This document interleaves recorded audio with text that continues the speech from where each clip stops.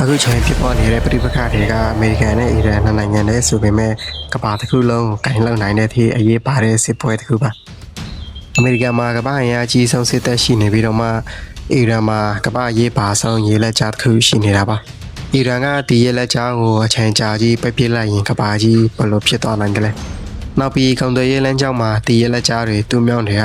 ကဘာကြောင့်တလောက်ထိအရေးပါနေရတာလဲဒီနေ့ဗီဒီယိုမှာတော့ဒီအကြောင်းတွေကိုလေ့လာကြည့်ရမှာပါကျွန်တော်တို့နေထိုင်နေတဲ့ကဘာကြီးရဲ့80ရာခိုင်နှုန်းလောက်ကိုရေပြင်တွေကပဲဖုံးလွှမ်းနေတာပါ။တိုက်ကြီးတွေတစ်ခုနဲ့တစ်ခုခွန်သွယ်ရေးလောက်ရမှာဒီရေပြင်သမုဒ္ဒရာတွေကိုပဲဖျက်ဆီးပြီးတော့မှတွာလာလှရှာနေရတာပါ။ဒါပေမဲ့လည်း21ရာစုနောက်ပိုင်းတွေမှာခွန်သွယ်ရေးလောက်ဖို့ဆိုရင်နီးလန်းတွေအများကြီးရှိလာနေပါပြီ။ယထာနဲ့ပဲတွားမလားလေရင်ပြန်နဲ့တွားမလားကွန်ပျူတာတွေကိုမြန်မြန်ဆန်ဆန်နဲ့ပို့ဆောင်ဖို့ရွေးချယ်စရာတွေရှိလာခဲ့ပါတယ်။နိုင်ရီပိုင်းအတွင်းမှာပဲလေရင်ပြန်နဲ့ကွန်ပျူတာတွေကိုပို့ဆောင်နိုင်တာကဒီမြန်ဆန်တယ်လို့ဆိုပေမဲ့အားနည်းချက်တွေလည်းများစွာရှိနေပါတယ်။အဓိကကတော့ကုန်ကျစရိတ်ကြီးမားတာတွေကလည်းပါဝင်နေတာပါ။ဒါအပြင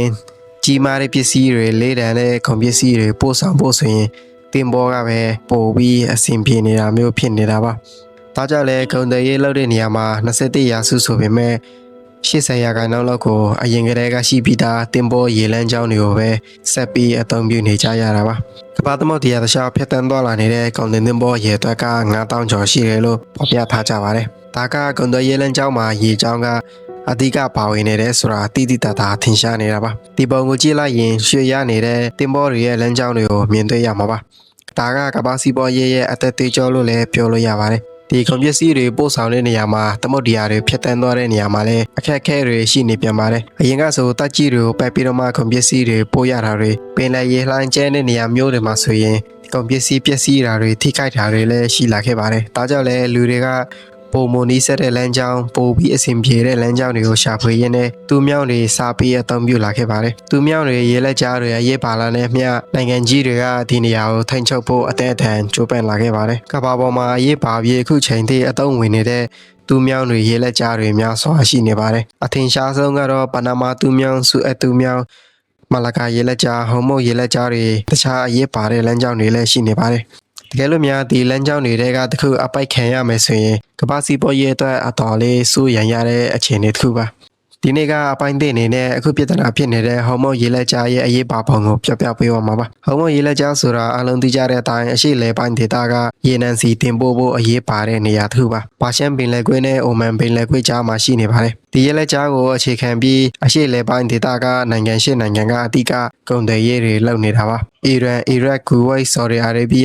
ဘာရိန်းကာတာအာရပ်စော်ဘော်ပြည်ထောင်စုအိုမန်နိုင်ငံတို့ကဒီရေလမ်းကြောင်းတွေပဲအဓိကထားအသုံးပြုနေတာပါဟော်မုတ်ရေလက်ကြားရဲ့အကျဉ်းဆုံးနေရာက23မိုင်ထိရှိနေတာပါဒါပေမဲ့ဒီမြေပြင်မှာ23မိုင်ဆိုတာကျယ်ဝန်းတဲ့အကွာအဝေးတစ်ခုဆိုပေမဲ့ရေပြင်မှာတော့အရန်ကြီးမကျယ်လောက်ပါဘူးဘာလို့ဆိုရေနံတင်သင်္ဘောအများစုရဲ့အရွယ်အစားကလည်းအလွန်ကြီးမားပါတယ်အဲ့ဒီအတွက်ရေတိုင်တဲ့နေရာတွေမှာဖြတ်တန်းသွားလာဖို့ဆိုတာမဖြစ်နိုင်ပါဘူးရေနဲ့တဲ့နေရာတွေကိုပဲအဓိကရွေးချယ်ပြီးသွားလာနေရတာပါဟော်မုတ်ရေလက်ကြားရဲ့အကျဉ်းဆုံးနေရာကရေမိုင်23မိုင်ရှိနေတဲ့ဆိုပေမဲ့တကယ်ဖြတ်တန်းသွားလာနိုင်တဲ့နေရာကဒီ2မိုင်ကျော်လောက်ပဲရှိနေတာပါအဲ့ဒီနေရာကိုအများဆုံးထိန်းချုပ်ထားတဲ့နိုင်ငံကလည်းအီရန်နိုင်ငံပဲဖြစ်နေတာပါဒီရေလက်ကြားကိုအဓိကနိုင်ငံရှိနိုင်ငံကအသုံးပြုနေတဲ့ဆိုပေမဲ့ကမ္ဘာပေါ်မှာအသုံးပြုနေတဲ့ရေနံသုံးမှုတစ်ပေါင်လောက်ကိုဒီရေလက်ကြားနေပဲဖြတ်တန်းပြီးတော့မှသွားလာနေတာပါဒါပြင်ဒီနိုင်ငံတိုင်းမှာမရှိမဖြစ်လွယ်တဲ့တဘာဝတန်ခွေရလဲဒီနေရာကနေပဲဖြတ်တန်းသွားလာနေတာပ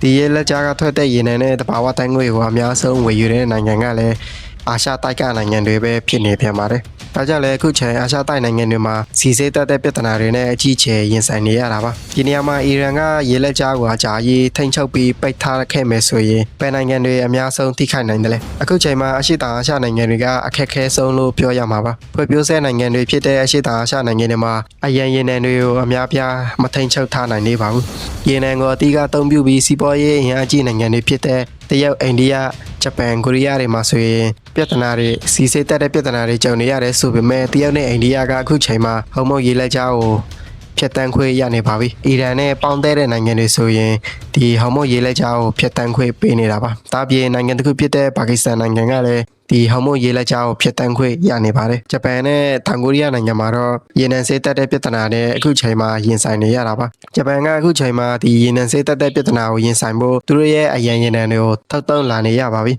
စီ စစ်ပွဲကရက်ကြာလာတဲ့အမျှရေနံဆေးတွေကလည်းပြန်ပြီးဆေးတက်လာခဲ့ပါတယ်။ဒါပြင်အရှိတောင်အာရှနိုင်ငံငယ်တွေမှာဒီရေနံဆေးတက်တဲ့ပြဿနာတွေအကြီးအကျယ်ခံစားနေရတယ်လို့ဒီကောင်စင်နှုန်းမြင့်တက်မှုပြဿနာတွေပါထပ်ပြီးရင်ဆိုင်နေရတာပါ။အီရန်ကလည်းဟော်မုန်းရေလက်ကြားကိုလည်းနဲ့ဖြစ်တုံးပြီးအမေရိကန်ကိုပြန်ပြီးခုခံနေတာပါ။ဟော်မုန်းရေလက်ကြားကအာရှနိုင်ငံတွေအတွက်တော်ကိုအရေးပါတဲ့အရေးကြီးတဲ့နေရာတစ်ခုပါ။တချို့ကဒီရေလမ်းကြောင်းပိတ်လိုက်ရင်ကုန်းလန်းကနေတစ်စစ်ရေနံတွေကိုပင်လယ်လမ်းကြောင်းစီတင်ပို့ဖို့ပြောနေကြတာပါ။ဒါပေမဲ့ဒီစစ်ဖြစ်နေတဲ့အချိန်မှာဒီလိုမျိုးလုပ်ဖို့ဆိုတာထင်သာသလောက်မလွယ်ကူပါဘူး။ဒီလိုလုပ်ဖို့အရင်ကတည်းကရှိခဲ့တဲ့နိုင်ငံတစ်ခုရှိပါတယ်။အဲ့ဒါက